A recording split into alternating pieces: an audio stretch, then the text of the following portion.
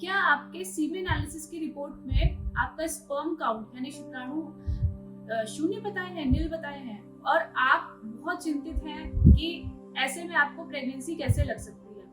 तो मेरी video and तक जरूर देखिएगा। मेरा नाम है डॉक्टर रश्मि अग्रवाल, मैं सीनियर कंसल्टेंट इनफर्टिलिटी स्पेशलिस्ट हूँ।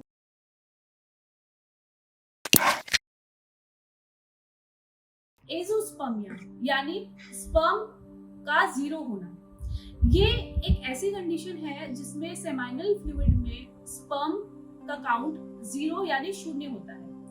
ये हम तभी डायग्नोज करते हैं जब किसी कपल का सीमेन एनालिसिस 2 बार हुआ है 1.5 महीने के अंतराल में और दोनों बार ये वैल्यू जीरो आई है। इसके क्या क्या वजह हो सकते हैं और इस कंडीशन में आप किस रूप से, किस तरह से प्रेग्नेंट हो सकते हैं, चलिए हम डिस्कस करते हैं।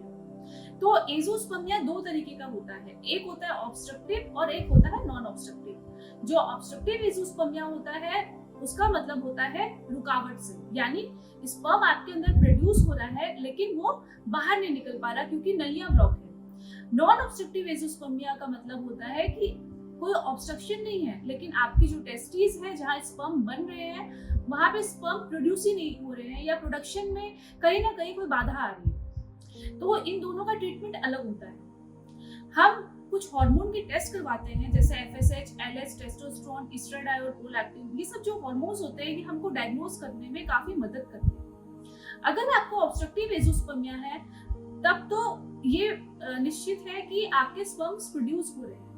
ऐसे कंडीशन में जो स्पर्म रिट्रीवल होता है, जो हम IVF में स्पर्म रिट्रीव करते हैं, स्पर्म निकालते हैं पीसा या टीसा द्वारा, उसकी चांसेस बहुत ज्यादा बढ़ जाती है। पीसा और टीसा यानी ये एक तकनीक होती है जिसमें कि हम आपके स्पर्म्स आपके शरीर के अंदर से निकाल कर IVF कर सकते हैं, यानी स्पर्म काउंट जीरो होने के बाद भी आप अपने खुद के स्पर्म से पिता बन सकते हैं। तो ऑब्स्ट्रक्टिव एज़ोस्पर्मिया में ये चांसेस काफी बढ़ जाती हैं। हाँ, जो नॉन ऑब्स्ट्रक्टिव एज़ोस्पर्मिया होता है उसमें आपका FSH काफी रेज होता है, यानी आपके अंदर स्पर्म्स का निर्धारित अमाउंट में प्रोडक्शन नहीं हो रहा है। कभी कभी ऐसा भी होता है कि टेस्टिस की कोई एक ऐसी जगह होती है, ऐसी लोकेशन होती है जहाँ पे फोकल यानी बहुत कम स्पर्मेटोजेनेसिस होती है, बहुत कम मात्रा में स्पर्म बनते हैं।